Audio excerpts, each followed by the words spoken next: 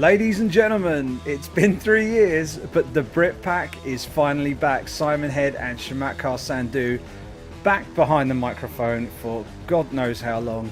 We do know how long. Almost 3 years. Sandhu, it has been a long time, my friend. We are much further apart than we were when we last did this thing. But we're back behind the mics again. Yes, mate. Different countries, different cities, different jobs. More experience in the business, in the sport, in the industry, and I just think that now was the perfect time for both of us, both I guess professionally and personally, to get behind the mic, like you said, relaunch the podcast. I'm sure we can get into that in a bit in terms of why now is the right time. But the main thing is we can now be consistent and deliver this show. Like we wanted to a few years ago, but it wasn't possible for various reasons. But we can deliver this show weekly to our listeners, and so on this kind of second attempt at the show, I think we can safely promise everyone that we won't be going away anytime soon this time round. No, we didn't quite make it a year first time round, but circumstances largely out of our control kind of forced us to go to sort of look after other priorities. But we are back. We're going to try and bring you a similar kind of thing that we brought you originally, but with a few more bells and whistles on it as we get a little bit further along the line. Before we get started, must tell you where we live. We live at thebritpack.substack.com. That is our website. Go there. We would love you to subscribe to the show. Get yourself on our list, the list.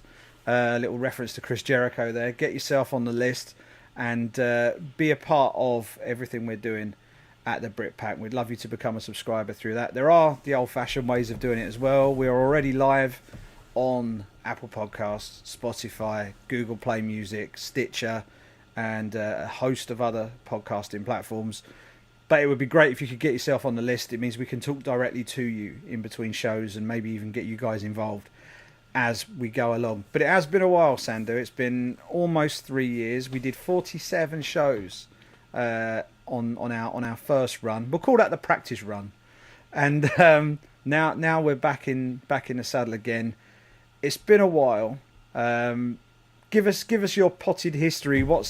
What's been going on with you over the last few years? I mean, you've moved to the other side of the planet for a start. That's quite a major thing to be doing. Yeah, well, that was always in the works. Even I guess when we were on the Brit Pack prelims, the first round of shows, I think I was dropping a few nuggets here and there that the plan to move to Canada, to move to Toronto, is always the goal for me. And so late 2018, that finally happened. I'm now a permanent resident of Canada, living here in Toronto, Ontario. That was always the goal. My wife's from here. She spent 10 wonderful years with me in the UK, but the goal was always to move to Canada.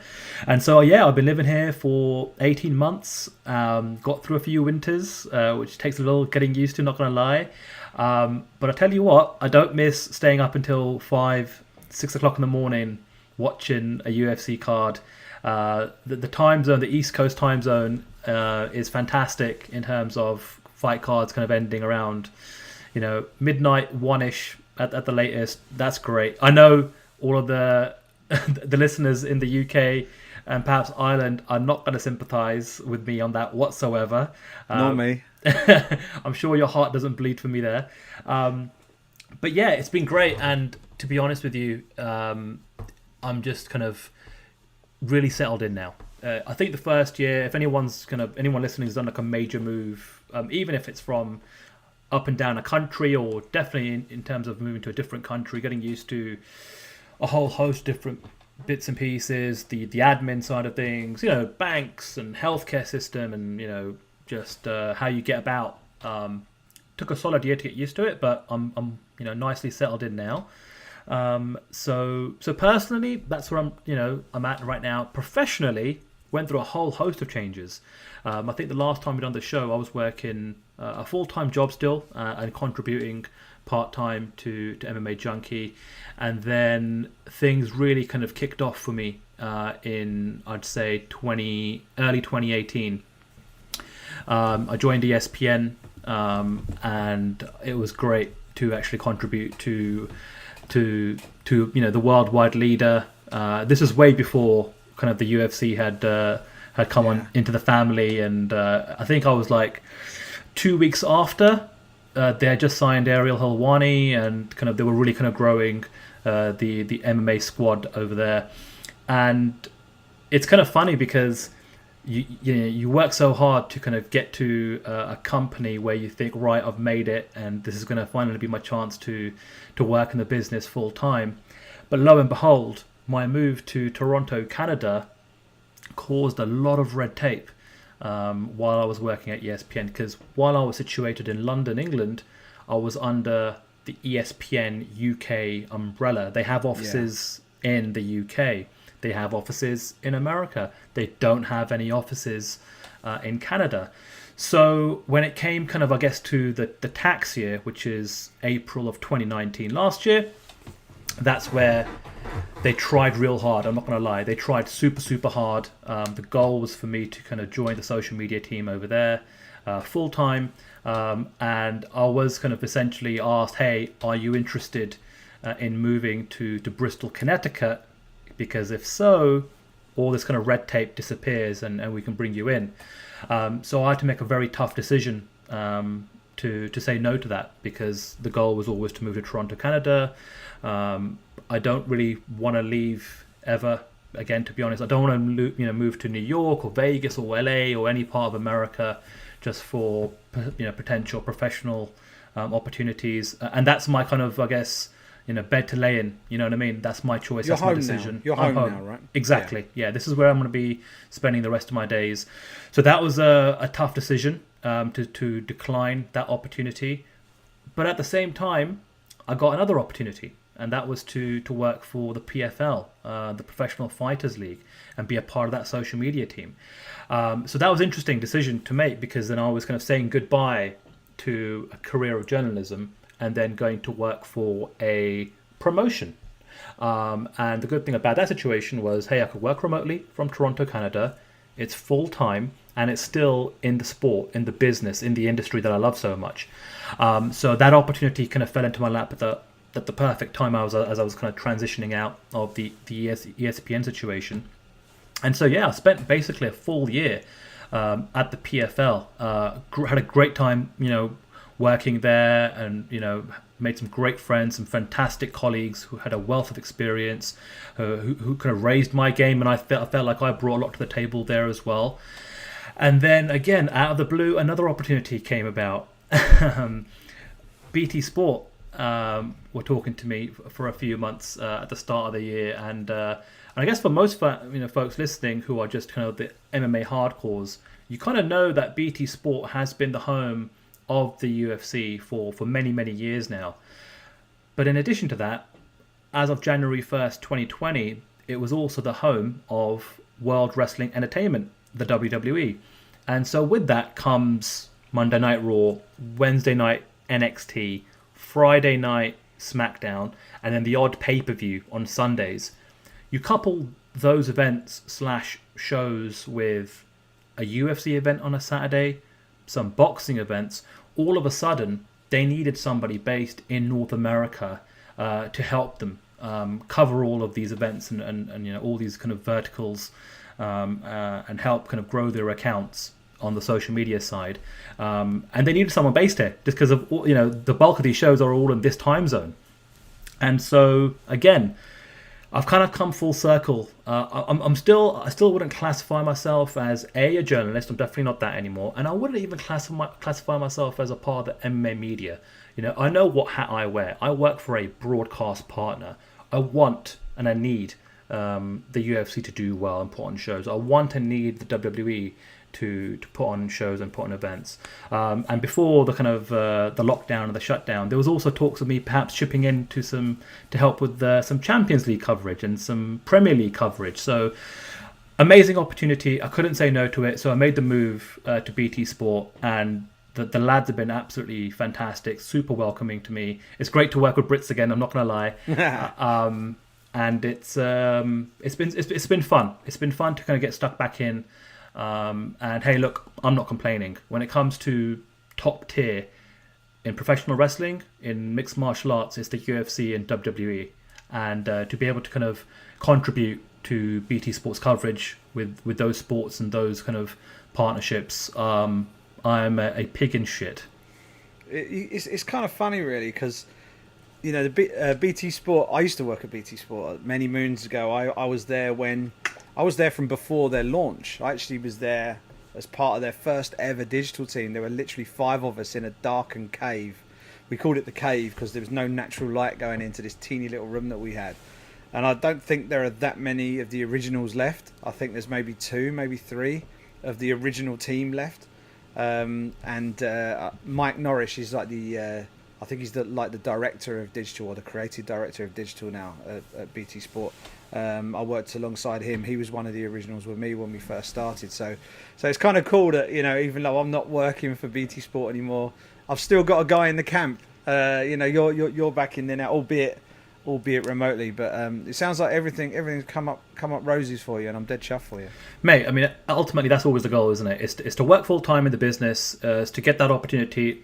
Those opportunities are few and far between, especially more so if you're a Brit, and especially more so if you're not based in one of the 3 major hotspots, which is New York, Las Vegas, or LA. Those are just the facts, I'm sure you get a lot of journalism students that hit you up and asking for advice and bits and pieces. And one of the pieces of advice I always give is, like, if you are able to, there's not to say it's going to guarantee you a gig, but if you are able to early on to move to one of those hotspots, it's definitely going to improve your chances. Look at our friend Oscar Willis, who works for the Mac Life. He made that decision early on to relocate to Las Vegas. And he's got a fantastic gig. He's in the fight capital of the world, and he's doing great for himself. But yeah, so far so good. Obviously, we're living in a world now where there aren't, any sports basically apart from the WWE that's continuing to put on shows. So although the first few months working for BT Sport have been fantastic, this COVID-19 situation has definitely put a spanner in the works, as it has done for a lot of people. However, that being said, that's my update, Simon. You've obviously had a lot of things, both personally and professionally, improved and changed for you since we last on the show. So what's been going on with you, mate? I've had all sorts going on. I've had throat surgery. I had major throat surgery. I lost about a year and a half ago, must have been. I lost my voice for about 6 months, which was obviously a joy for my wife. I started out sounding slightly like Ray Winston on those Bet365 adverts for a bit, sort of slightly gruff and husky, and then after that it just went, and it got worse and worse, and I'm like, this is getting a bit of a worry. So went and got checked out for that. Saw I had a thing called a polyp, which doesn't sound too much, and it didn't look too much until they shoved a camera up my nose and down my throat, which is one of the most unpleasant things I've ever had done to me, to be honest. And they took a picture of my throat and they showed me basically my vocal cord had this great big lump on it, and it just affected all of my speech, completely shut me down from I felt completely fine, by the way. I didn't feel ill. I just had no voice, and obviously I was a little worried when I saw it. I was like, okay, this is, because I'd obviously looked up my symptoms first, which is the worst thing you can do. If you're ill, don't look up your symptoms. Don't go to Dr. Google, because Dr. Google tells you you're going to die. Right? I've learnt this. I've learnt from my mistakes. I thought I had throat cancer, and I was on the way to the dark place. But no, it all was well. This thing, they basically went in. It was a 3-hour operation. They whipped it out, took it off for a biopsy, literally just for process reasons as much as anything. They told me from looking at it, you're absolutely fine, this is going to be good. The hardest thing about it was I had to be quiet for like 5 solid days, like no speech whatsoever. And I was getting told off by the nurse when I woke up because I was whispering to people, like, you need to shut up now, Simon. Which is, people who know me do this anyway. But, it's it was kind of tricky staying quiet for 5 days. But health-wise, that was it. Work-wise, it was a bit turbulent as well. Just as we were finishing off, it was one of the reasons why we kind of had to stop the Brit Pack in the first place was I lost my gig with the Sun newspaper I was working for. It's no secret I've worked for both of the notorious UK tabloid newspapers over over my time, and I had a superb job with them, and I was basically one man band traveling the world covering UFC. It was awesome, right? No complaints. Then all of a sudden they started running loads of Conor McGregor iPhone case stories and Conor McGregor's car and Conor McGregor this, Conor McGregor. Nothing about Conor McGregor the fighter or Conor McGregor the guy. Just all BS, clicky stuff that had little or no relation to the sport whatsoever. And they came to the opinion, possibly the fact as well, that what the traffic they could get from running that sort of stuff was comparable to the traffic that I could get by writing legitimate sports coverage. And in the end, they cooked up some story about, well, we can't sell advertising against this. I'm like, well, that sounds slightly sus to me. I went in and sat down with the managing editor, the sports editor, who was not happy that I ended up being let go, and a couple of other guys, and I gave them like an 8-page document saying, this is everything your sales team needs to know. And the back 2 pages are just literally like no line spacing, all the way down 2 full sides of A4. These are all the advertising leads you could possibly need. If your sales team cannot get at least one of those, then you need to be laying off someone from the sales team, not the guy who's producing the content. And then 2 weeks later, I got the phone call. Oh no, we couldn't do anything. I'm like, okay. I don't believe a word you're telling me, but that's kind of how it worked. They made me redundant. So I wasn't fired. I was made redundant. So, they haven't got, they haven't had a dedicated reporter on the sport since. But so that left me slightly in a bit of a spot, from being full-time covering one sport. I'd put all my eggs in one basket. I'd left BT Sport, where I was doing very well at BT Sport, to take this job. It was a bit of a gamble, but it was worthwhile, in my opinion, to go and do it. Had the best 2 years of my career traveling the world covering the sport, but then it ended literally like that. So I had a chat with a sports editor, and he said to me, "Si, you could go freelance. You could do that, no problem at all." And I'm like, "Yeah, I don't think I can, because none of the work is in the UK. None of the work is really in the country where I live, so it's going to be tricky." But as things turned out, over a little bit of time, I ended up going freelance, and fingers crossed and all the rest of it, things have worked out pretty well. Over that time, I've worked on both sides of the fence. So you said you worked for the PFL. I actually worked for Cage Warriors for a bit. I built the website that they currently have. If you scroll to the bottom of the Cage Warriors website, you'll see my little name somewhere, unless it's been completely hidden away now. But yeah, I built their website for them. I completely rebuilt their website, helped them with a lot of their media stuff. And I've got a lot of respect for those guys. I now know how they operate.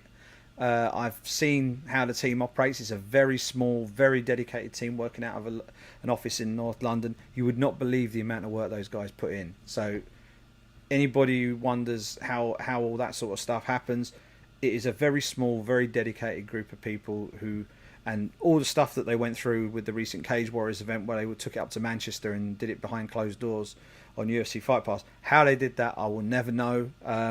It's a great sort of tribute to them that they were even able to pull it off. So I had a chance to work for them for a little bit, on a consultancy basis. Then I managed to get a job with another promoter, One Championship over in Asia. I was doing a lot of stuff for them, a lot of writing. I was writing all their fight reports for them, all the main events that they did for best part of a year and a half, almost 2 years, I reckon. Doing some of that stuff, and while doing a few other bits and pieces as well. But then I stopped working for them because I've got a part-time role with MMA Junkie.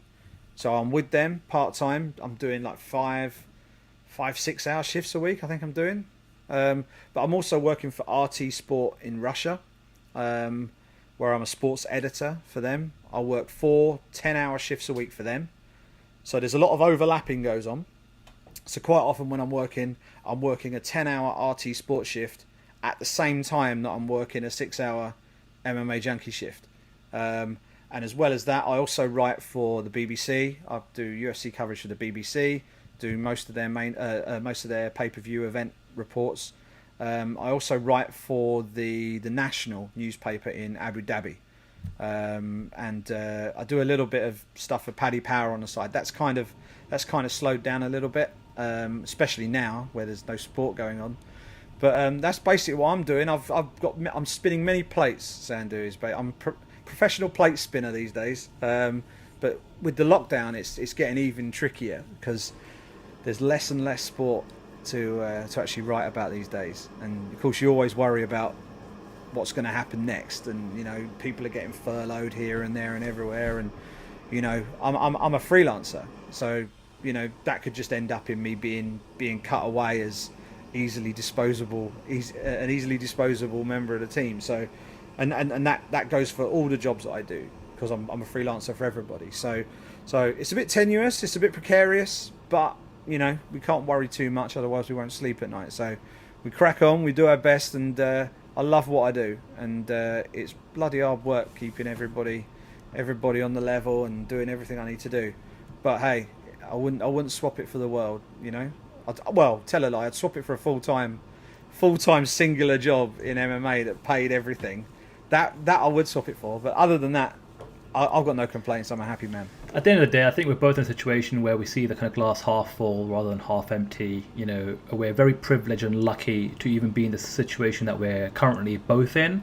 But hopefully, kind of our career trajectories, our experiences and our stories can help some younger folk who want to get into the business, want to get into covering MMA, whether it's a member of the media, whether it's to work for a promotion, whatever you want to kind of want to do. You know, I think one thing that's been great about this show in the past, we've been very open about our status and our current situation. We don't try and kind of blag it, so to speak.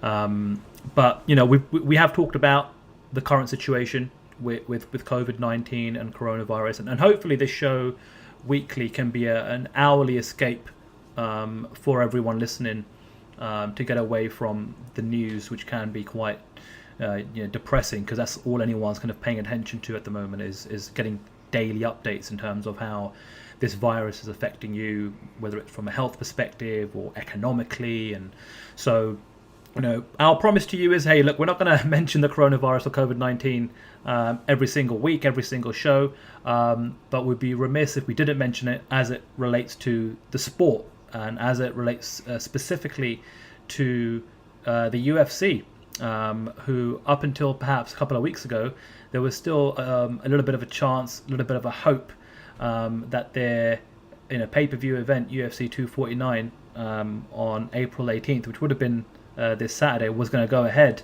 with Khabib versus Tony, and then Tony versus Justin Gaethje, and then essentially what happened was the very top dog, the top boss at Disney, put a call in to Dana White and essentially asked him to stand down. So as things currently stand, there are no UFC events to look forward to. Dana White's talking about securing a fight island to perhaps potentially host events down the road, and we'll see what happens there. But I guess to kind of open off this portion of the show, Simon, and to kind of have a bit of a conversation and discussion about it. It's not an ideal situation for anyone involved, is it really? I mean, if you think about it, it's like, look, fighters aren't really getting paid because they don't get to fight. There's a knock-on effect for people that work in the media. A lot of people I know getting furloughed or laid off. No events means no coverage, no live on-site coverage, which basically trickles down to, hey, we can interview all the fighters we want to, but if there isn't a fight to look forward to, if there's not an event to promote and get excited about, it's kind of all for nothing. It doesn't gonna get your juices flowing. So it's very tricky to navigate those waters. And I feel for everyone in the media who are literally going into the box of gimmicks and trying to do what they can, to keep churning out that content, to keep their bosses happy, and hopefully they can continue to survive during the kind of down period. That's just the media. Obviously, the fans aren't happy. Fans want a bit of escape. They want some entertainment, and looking forward to fights definitely give them that. Without that, there's not much to look forward to on that front either. So ultimately, all those things, while unfortunate, doesn't take away from the fact that ultimately this is the right thing, in my personal opinion. I don't go crazy on social media every single day by kind of bashing anyone's decision, whether it was a UFC or Cage Warriors or Bellator or whoever the case may be, to continue holding events. Very, very early on in the kind of process of news leaking out about how the coronavirus could affect the world, from the reading that I had done, I just came to the conclusion and the opinion that all sporting events should be shut down, for the health and well-being of everyone, let alone the knock-on effect it could have on hospitals and professional healthcare people, and just the overall healthcare system in general. And it all kind of kicked off with the NBA, and then one by one, every single sporting league around the world kind of shut down and shut their doors. So ultimately, it's the right move. It's the right decision, I think, not to hold events until it's safe to do so. But again, that doesn't take away from the fact that I'm personally affected. Simon, I'm sure you're personally affected. Everyone's being affected in terms of income and employment and things of that nature. But that's the status. That is the latest on the UFC. How have you, I guess, digested what's happened over the last 4 or 6 weeks? And I guess, what's your take on everything, Si? Yeah, it's really hard. I mean, the number one most important thing is people's health, and the reason why everything's being shut down is to try and stem the spread of this virus, right? So people saying that everything should be shut down, that is a very catch-all, straightforward approach to make, and it is, if it's adhered to, it's going to be relatively effective. Now, it is impossible for everything to continue on. The world cannot carry on if everybody stops. Certain things need to carry on. You hear this term bandied around in the media, essential. The word essential is being used. People were allowed to travel for essential purposes and all the rest of it. And even, it's almost laughable, really. But the WWE in Florida has now been declared an essential business. Now, I don't know what kind of argument you can make for that. If you're a wrestling fan, happy days, right? You're gonna get some wrestling content, and provided that it's all done safely, then that's great.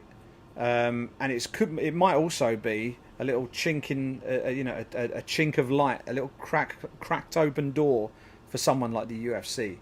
They can see what the WWE are doing in Florida. Maybe that can be extended out to the UFC. Who knows? That's certainly going to be one to watch in the days and weeks to come.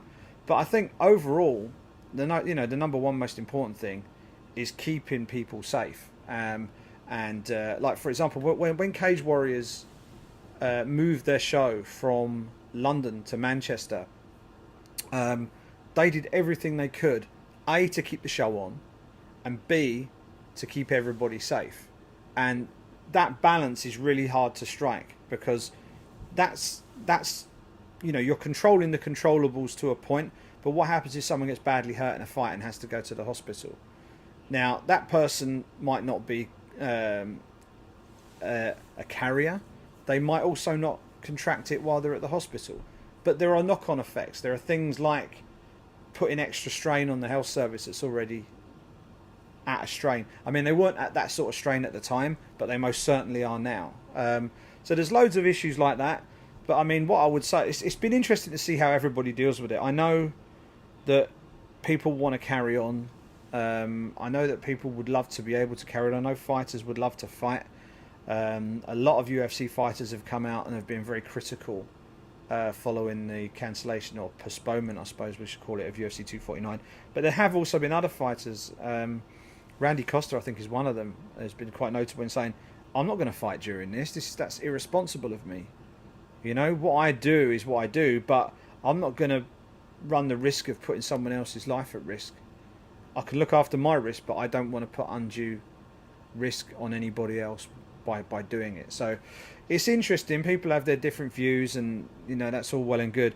I think ultimately what you say is probably right, that if we all just take a step back, I think that is the most prudent move. One Championship will be the promotion to keep the closest eye on, I think, right now, because they're obviously over there in Asia. that's where everything kind of kicked off. And in theory, if there's a life cycle to this thing, it should start to sort of ebb away first in that part of the world. So I know they're looking at hosting behind closed door shows in Singapore.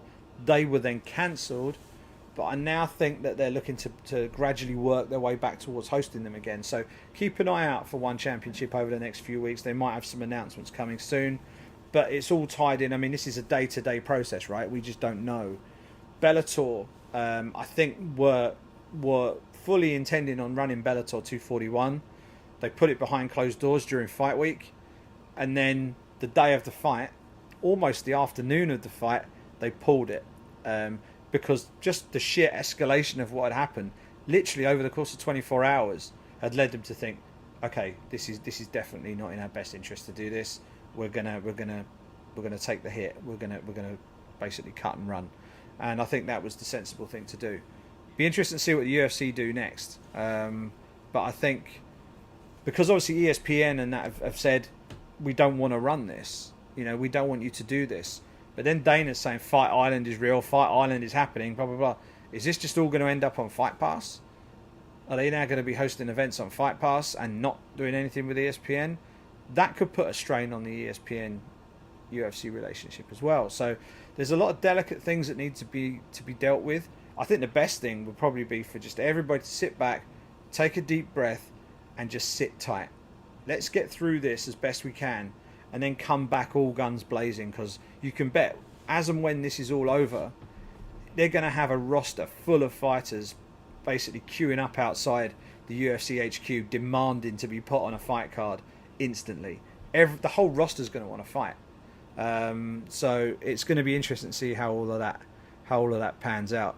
But I mean, how do you see it, Sander? I mean, I think it's just a case of riding it out now. But we have no timeline for this. So what's the next move? What do you think? Yeah, I mean, that's the question. I think everyone's trying to, ask and find answers for, and it's tough because things are changing every single day. I think politicians are, like Trump was thinking, the NFL will be back for a kickoff in September, and even just more close to home here, the Ontario Premier, Doug Ford, initially said, school will be back by the 4th of May, and this morning he said, actually, that's all kind of TBA and to be determined at this moment. The question, the answer is tough. I don't know what the answer to that question is, because things change all the time. I mean, I'm reading things, and I don't want to, cause fear or into anyone, but I'm hearing a year to 18 months before there's potentially a vaccine available. And I mean available, mass produced, shipped, transported, distributed, and then ultimately in your shoulder and my shoulder, Simon. And for something like that to take place, it could be a year to 18 months. Now, that's for everyday life. That's for you and me to be, or everyday 9 to 5 ham and egg to go back to the office. But it'll be interesting to see what happens with the WWE, and then what happens with One Championship, like you mentioned, and ultimately what the UFC does. Because if you have a state like Florida that's deeming professional wrestling an essential business, maybe that, like you said, opens the door for a UFC. But then what kind of PR knock-on effect would that have on its relationship with ESPN, who has already kind of said, hey, hold on events for the time being? And, if they go ahead with a Fight Island, what does that look like, logistically and all the rest of it? So, look, I think naturally I'm an optimist at heart. So it would be great if, hey, look, in a matter of months, we could be talking about another UFC event again. And to gear up for some fights and talking about the main event and other storylines up and down the card. But the realist in me, I think we should be all preparing for the long haul on this one. I really do. Again, best case scenario, that's not the case. But from what I'm reading and the kind of information and news that I'm digesting on this on a daily basis, it gets bleaker and bleaker in terms of a potential return, not just for the UFC, but any sports. Yeah, I mean, I remember I was talking to my wife. We went into sort of self-isolation as a family a little early. My youngest daughter developed a dry cough out of nowhere, and that was one of the red flag symptoms to look out for at the time. And we thought, okay, we need to be super responsible about this. We took our 8-year-old out of school, and at the time the advice was to self-isolate for 7 days. So that's what we were going to do. We got to about day 5, day 6, and then that advice changed to 14 days. We were already halfway in virtually, so we were sort of well on our way. And then obviously it's just escalated since then. And on like the second or third week, I remember talking to my wife about it and saying, sort of trying to work out how long we thought this thing might go on for.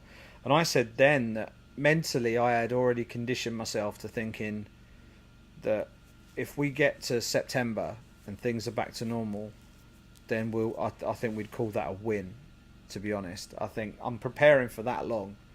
And I've now revised that even later. I think if we get to the turn of the year things are back up and running, like normal everyday life is back up and running by the end of 2020, then I'm calling that a win. Now maybe that's me being slightly pessimistic, but then it means that if it happens before then it feels better, and it also means that you're not constantly sort of almost getting desperate at the fact that it's not happened yet. So I find that helps me just from a day-to-day standpoint. I'm not itching to get out because I'm thinking, it's going to happen soon. It's not going to happen soon. It's not going to happen for ages. So I think getting used to that feeling is helpful for getting through this, and not trying to push things and not trying to rush things. And I think sport is exactly the same. I know sport have like broadcast rights and things like that they have to try and deal with, and the rights holders have a responsibility there as well. They can't hold the sport's feet to the fire because they're not putting events on. They're not able to, and they're certainly not able to safely. So I think the whole world needs to employ a little bit of common sense, and hopefully we're getting to the point where that's beginning to happen, and we'll see what happens. I mean, yeah, I think looking forward to the fights coming back. I can't wait to see some live fights again. I'm enjoying watching UFC Fight Pass and all the free fights that the promoters are all putting out on YouTube, but nothing beats watching stuff live. So I'm looking forward to that. But what I did want to ask you, obviously, predominantly we're going to talk MMA on this podcast, but we have to talk WWE as well. Yes. And actually, on a side note, I have got to start watching this again.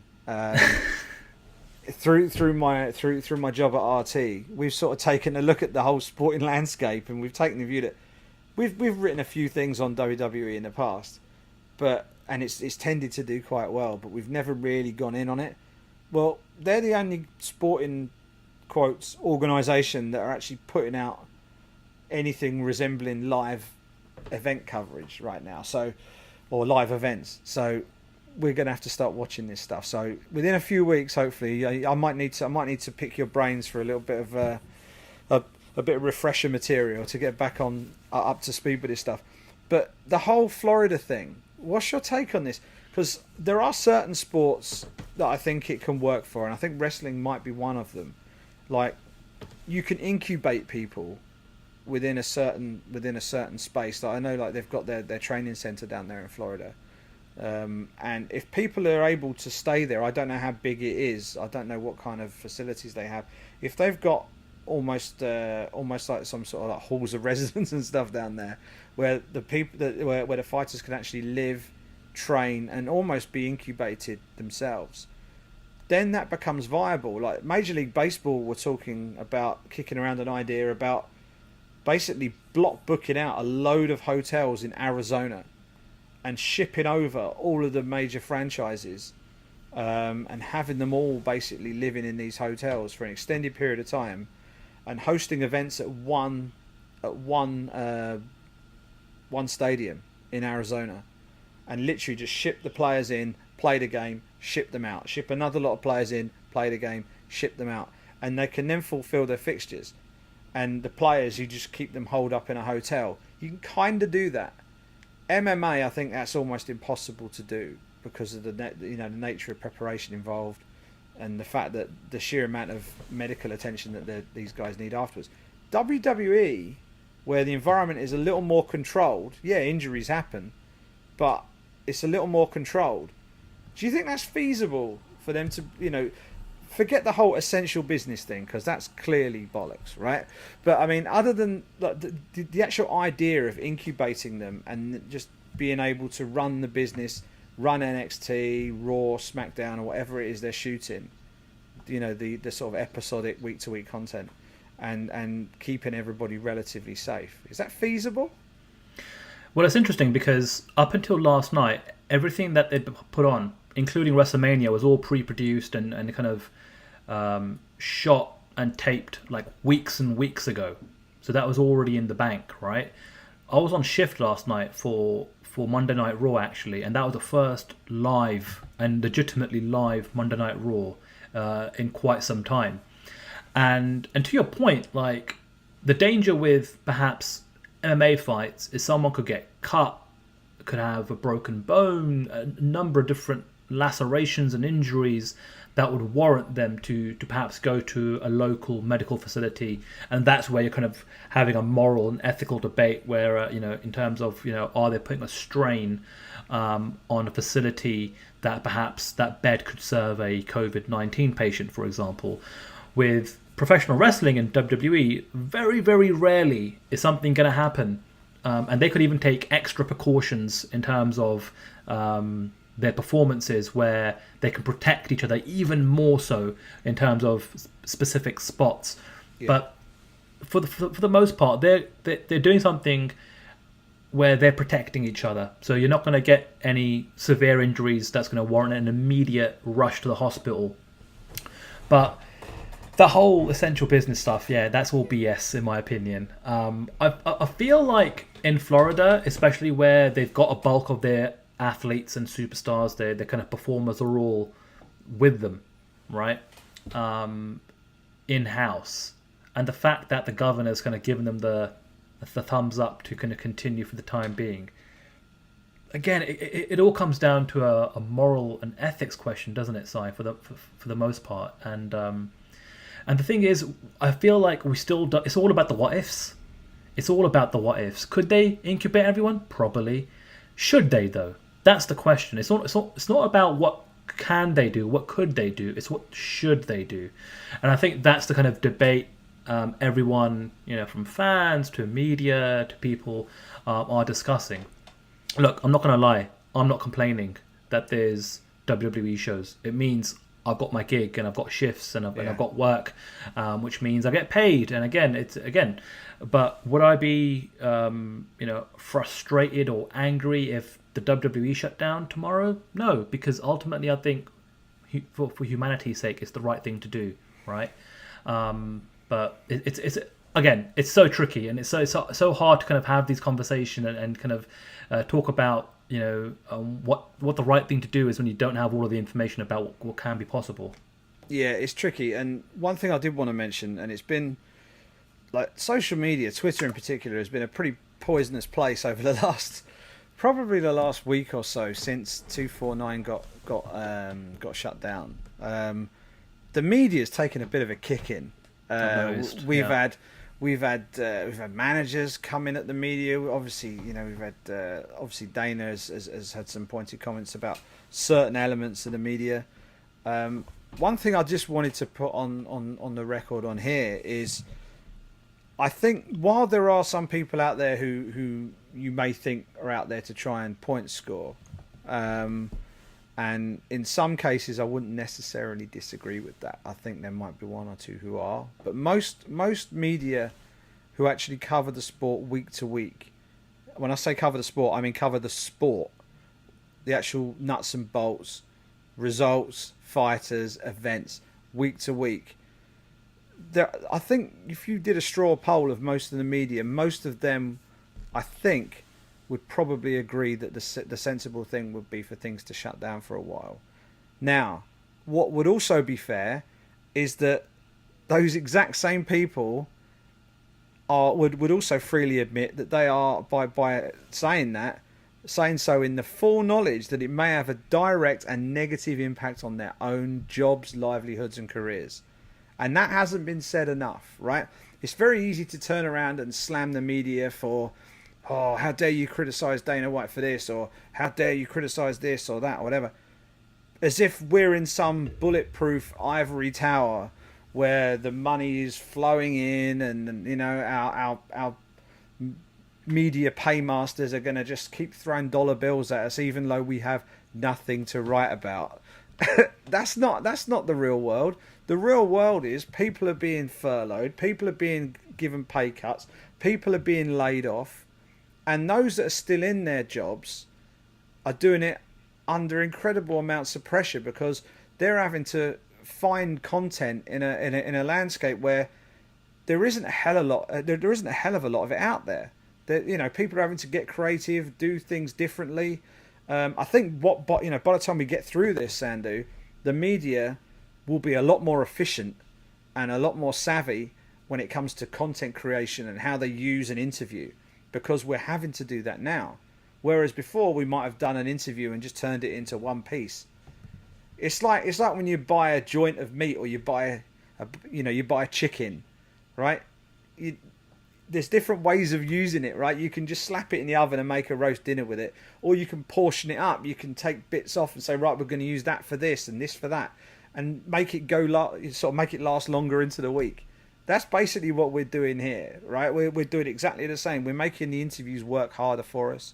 We're finding different ways of doing them, ways that are more engaging, hopefully.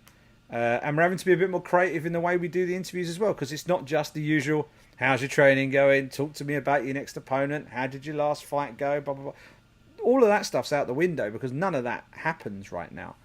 But so this whole, the media is the enemy narrative. I mean, we're getting dangerously close to the whole Trump fake news thing. You know, it's not a million miles off that.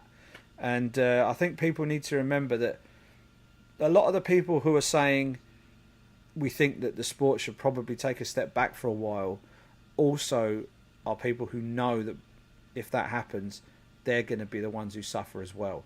I'm really pleased that the UFC and Dana White has said that his staff are safe and that no one's getting laid off. If only we all had the same job security. That's all I'll say.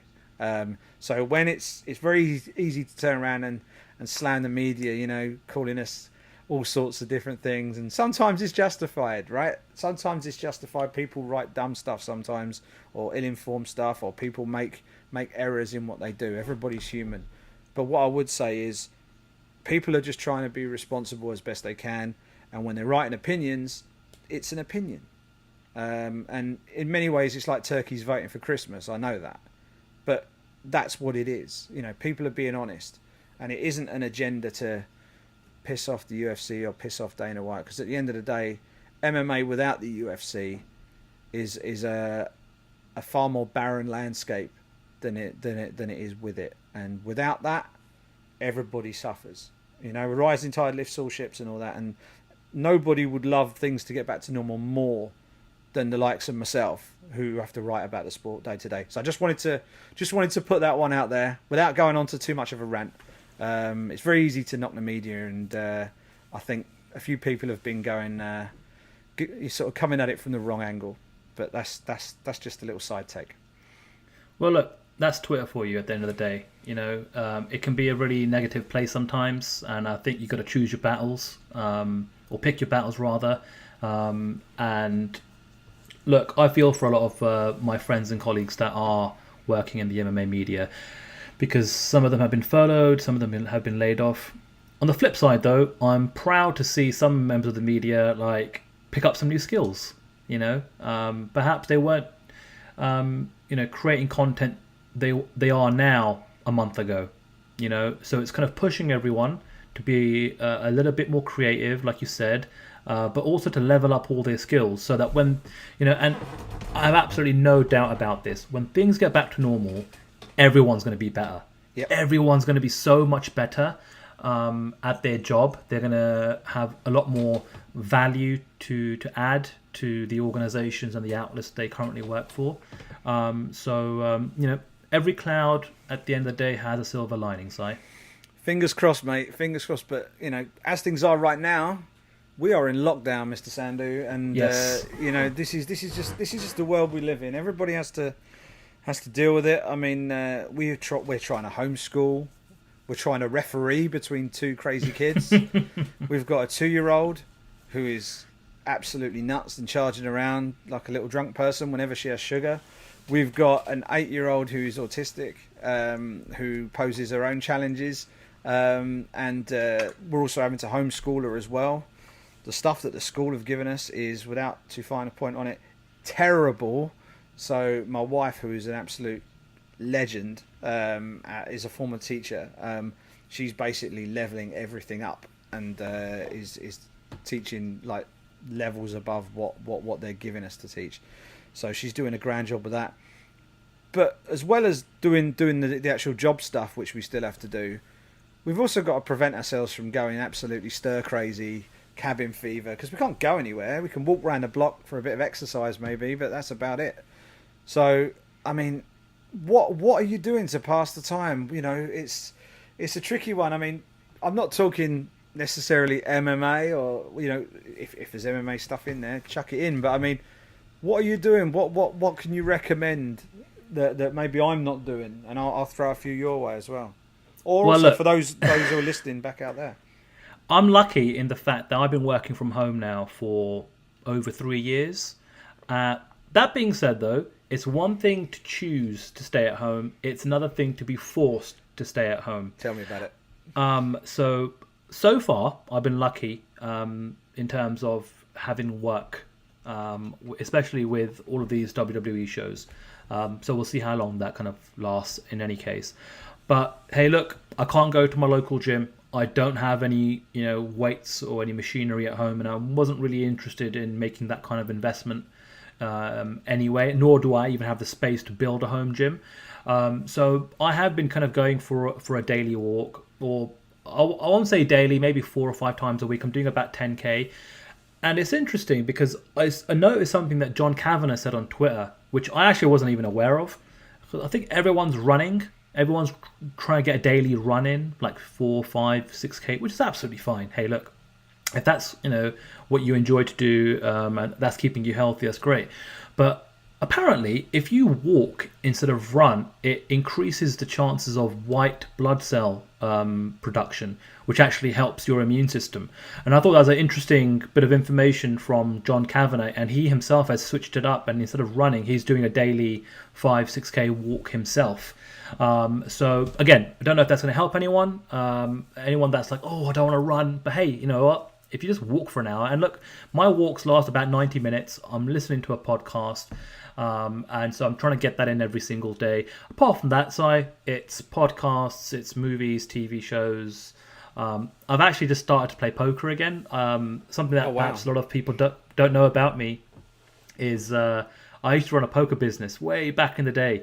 And I was pretty good at playing poker myself. And over the years, I just haven't had time to kind of play on a regular basis. So starting to play some online poker again. So far, so good. Doing pretty decent, not going to lie. And it's fun. It keeps the old brain kind of ticking along, and keeps training my mental ability to kind of read players and other bits and pieces, and strategy and math and probability and all that kind of good stuff. So that's been a lot of fun. But yeah, look, if you want a few TV show recommendations, I love Westworld. That's a new show. It's in its 3rd season right now. I'd recommend that. And if you want a classic throwback show that's already completed in the can that you can binge watch, put on The Sopranos. If fans and folks haven't seen a show like The Sopranos, that's a great one. That's one of the greatest TV shows of all time. But essentially, it's poker. It's my daily walk. It's so far working for BT Sport here and there, doing a little bit of cooking here and there as well, and yeah. And now I've got the Brit Pack. It rolled into my weekly schedule every Tuesday, so it's so far so good. It's funny. It's funny how we like these teeny little crossovers that happen. I was part of the team that launched Ladbrokes Poker years ago. No way.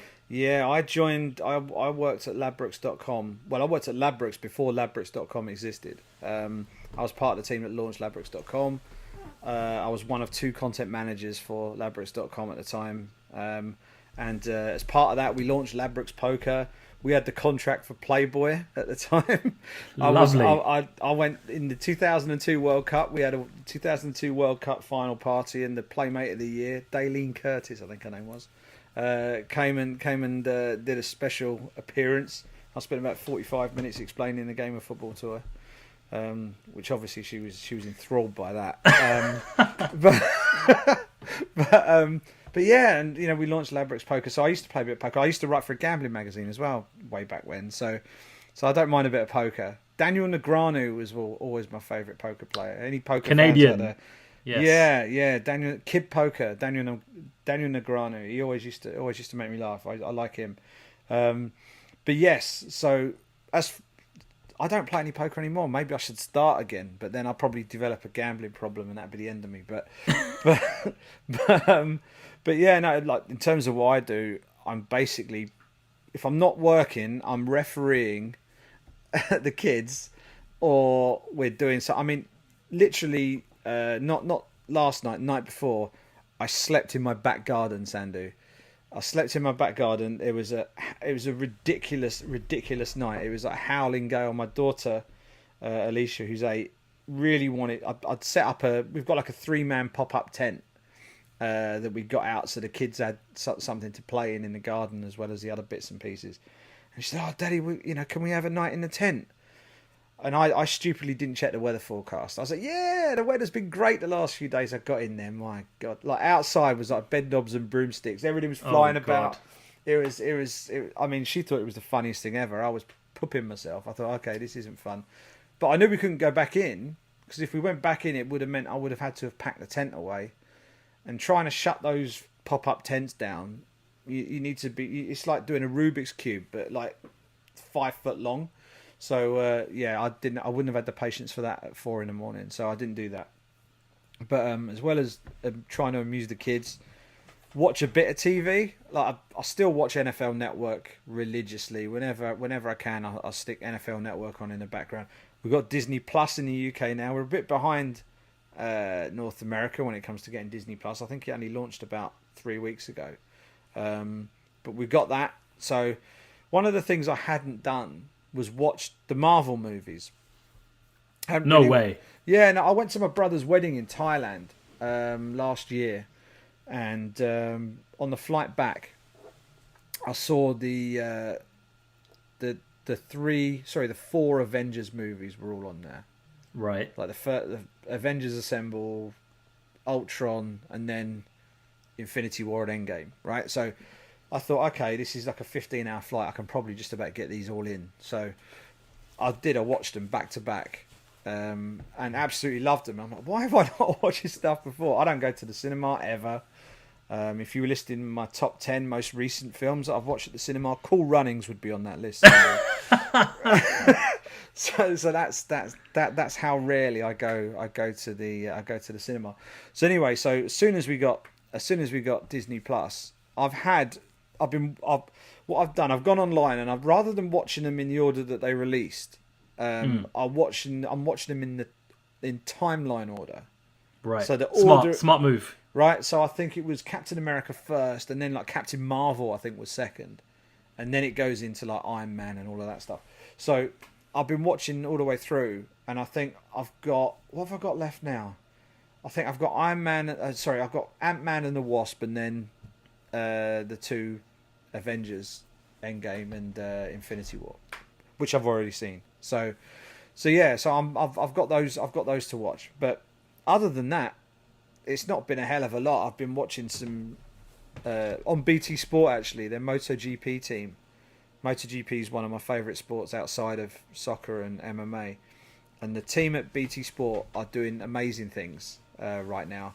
They're doing live shows, Sandu, with people with their presenters all on video conferencing, and they're literally stitching it together as they go. So they've got a guy called Gavin Emmett, who's the presenter. He's hosting it from his attic room in Leeds. You've got Valentino Rossi, the legendary multiple-time world champion in Tavuglia in Italy. You've got Susie Perry, who's the main presenter. She's in a back garden in France. You've got Neil Hodgson, who's world superbike champion. He's up in Burnley somewhere. And they're literally just jumping from one to the other. And it looks seamless. And it can't be. Like, they must be holding this thing together with like gaffer tape and, just sort of trying to hold this live broadcast together. And they're doing amazing things. But it's really good to watch. They're running through all like the best races of all time and all that stuff. So I'm lapping all that up. Because that's all you can get sport-wise now, right? It's all just archive stuff, greatest hits type stuff. But now I'm going to have to start watching WWE now because I've got to start writing about it again. Well, in addition to that, there is one incredible, brand new sports documentary that's actually debuting and premiering this upcoming weekend. Okay. And it's the Michael Jordan Chicago Bulls 10-part docuseries called The Last Dance. And from what I gather, it's essentially all this archived footage that has never seen the light of day of the sixth and final championship year run of the Chicago Bulls, right, stitched together with brand new interviews. You've got Michael Jordan obviously on there, Scottie Pippen, you've got President Obama, you've even got some Kobe Bryant, that they'd already kind of filmed before he passed away, right? And that's debuting this weekend. So there's 2 episodes dropping every week for 5 weeks, starting this weekend. It's airing on ESPN in America, and from what I understand and from what I remember, it's airing on Netflix worldwide. Okay. So, and if that's the case, that's a big recommendation from me to all of our listeners to check that out this weekend. And if it is on Netflix, and if you are able to catch it this weekend, maybe we can talk about it next week, because that's a pretty iconic athlete, iconic team. And for some of us that are old enough to remember the 90s, even if you weren't the biggest basketball head or the biggest fan of the NBA, you knew all about the Chicago Bulls. Yeah. They were one of the most famous teams in any sport, in any era. And I do love a good sports documentary, so I'm looking forward to that. In addition to that, one thing that's on my watch list for this week is the Maradona documentary, which I haven't had a chance to check out yet. It was released, I think, last year. Have you seen that, Si? No, I don't think so. I've seen various documentaries, I mean, that have Maradona involved in them, but I think this is like the definitive one, isn't it? I think this came out like last year. Yeah, that's right. And I can't remember again where it's on. I think it's either Amazon or one of these streaming platforms. But my goal is to check it out this week as well, because, again, iconic athlete, iconic personality outside of the sport of football. So that should be fun. And apparently it's got some really great reviews as well. So there's another recommendation. Yeah, I mean, sports documentaries, I'll watch those all day, every day. I mean, if you've got Amazon Prime and you're of an American football persuasion and you haven't watched all their All or Nothing series, then you need to get involved in those. Watch them chronologically. They're all great. Just following an NFL team through an entire season. And you really get to know the characters involved there. It's so nicely put together, really slick. So I love those. There's a load of classic ones as well. If you haven't watched the Ayrton Senna documentary, it's just called Senna. Watch that.